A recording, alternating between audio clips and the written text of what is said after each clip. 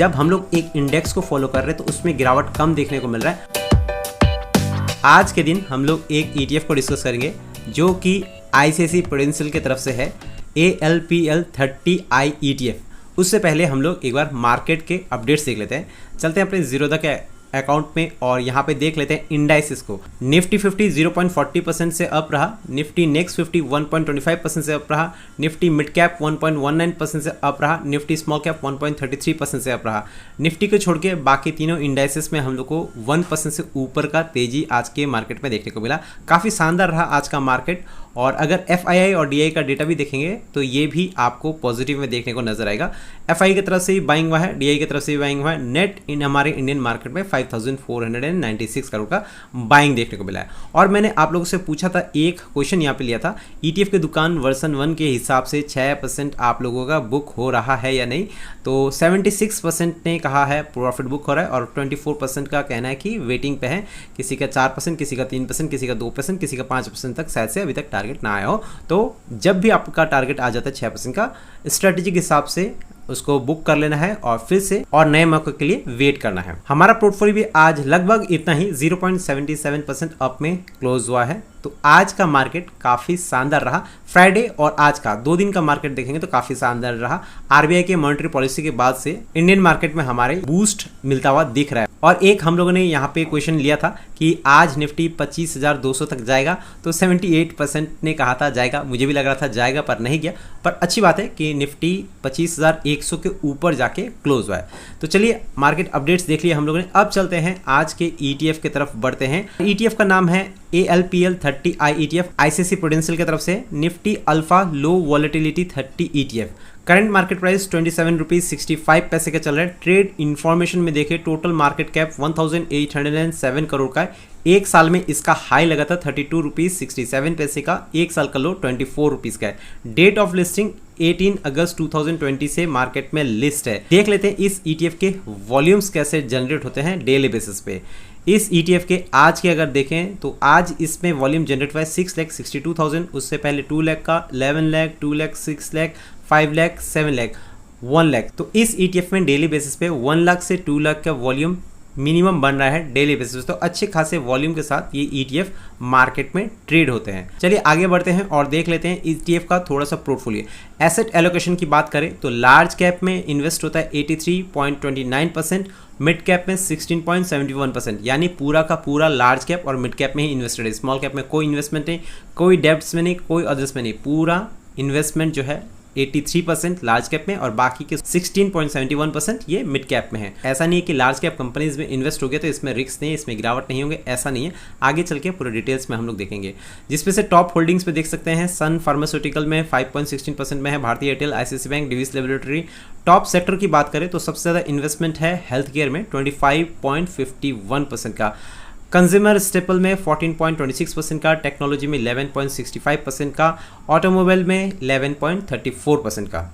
एक बार देख लेते हैं इस ETF में कौन कौन से स्टॉक्स या कौन कौन से कंपनी आते हैं। तो टोटल इसका होल्डिंग्स में अगर देखेंगे तो इक्विटी होल्डिंग में आपको 31 स्टॉक्स देखेंगे, जिसमें से टॉप 10 होल्डिंग्स की बात कर लें तो Sun Pharmaceutical, Bharti Airtel, ICICI Bank, Divi's Laboratory, Pidilite Industries, United Spirit, Britannia Industries, Lupin Limited, Grasim Industries, ITC Limited. ये हो गए टॉप 10। अगर बाकी के भी आपको देखना है तो आप वीडियो को थोड़ा सा पॉज करके एक बार देख लीजिएगा। नेक्स्ट 10 ये जो स्टॉक्स है यहाँ पे देख सकते हैं। उसके बाद नंबर 21 से 30 तक जो है वो आप यहाँ पे देख सकते हैं। और लास्ट वाला जो स्टॉक है वो देख सकते हैं आप यहाँ पे, सीमेंस एनर्जी इंडिया।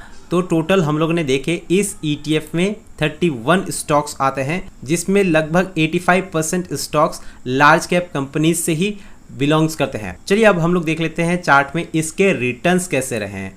आज की बात करें तो ICICI prudential Nifty alpha low volatility 30 ETF यानी ALPL 30I ETF, इसमें 0.33% का तेजी देखने को मिला है। वहीं पे 1 मंथ के बात कर ले तो 1 मंथ में इस ETF में 3.91% का हम लोग को अप मूव देखने को मिला है।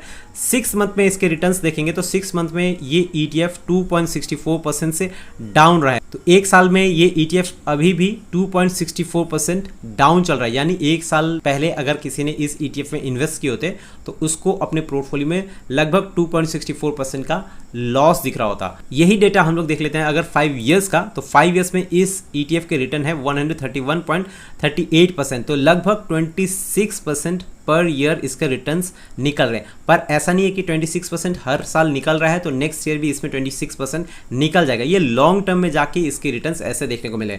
वैसे अगर देखेंगे इसके स्टार्टिंग से इसके ऑल टाइम हाई तक, तो आपको इससे ज़्यादा रिटर्न 131% से भी ज़्यादा रिटर्न देखने को मिलेंगे। यहाँ पे 172% का रिटर्न, लगभग 34-35% का पर ईयर का रिटर्न इसने निकाल के दिया था, और वहाँ से अभी करेक्ट होके इसके रिटर्न्स आ चुके हैं अभी 131% लास्ट 5 ईयर्स के।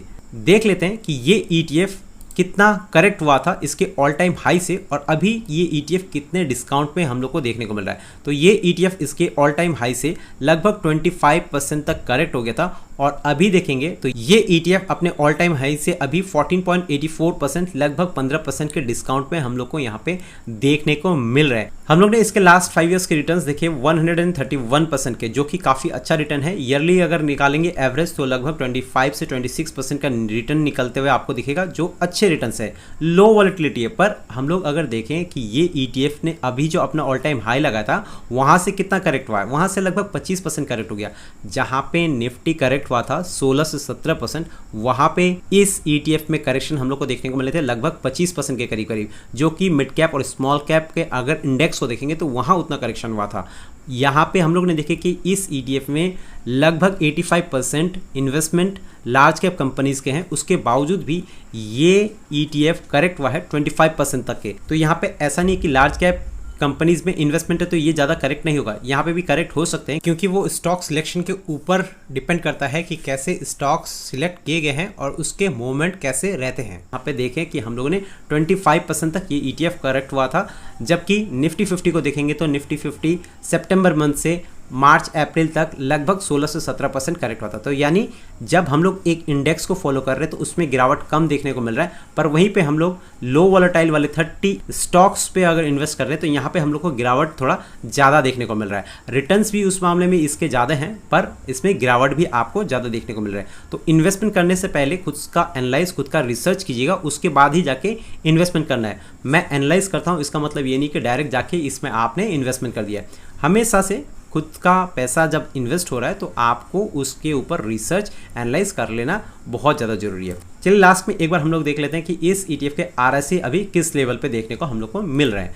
तो इस ETF का RSI अगर हम लोग देखते हैं तो 61.8, यानी हमारे जिस रेंज में शॉर्ट स्विंग में हम लोग 40 से 45 का मैक्सिमम रखते हैं तो उससे तो काफ़ी दूर है, और अगर लॉन्ग टर्म इन्वेस्टमेंट के पर्पज से भी सोच रहे हैं तो मेरे हिसाब से RSI काफ़ी ऊपर है। और एक बार मैं दोहरा देता हूँ कि इन्वेस्टमेंट करने से पहले खुद का रिसर्च, खुद का एनालाइज कर लीजिएगा, उसके बाद ही जाके इन्वेस्टिंग कीजिएगा। आज के वीडियो में बस इतना ही, मिलते हैं फिर कल और एक वीडियो के साथ, तब तक के लिए बाय।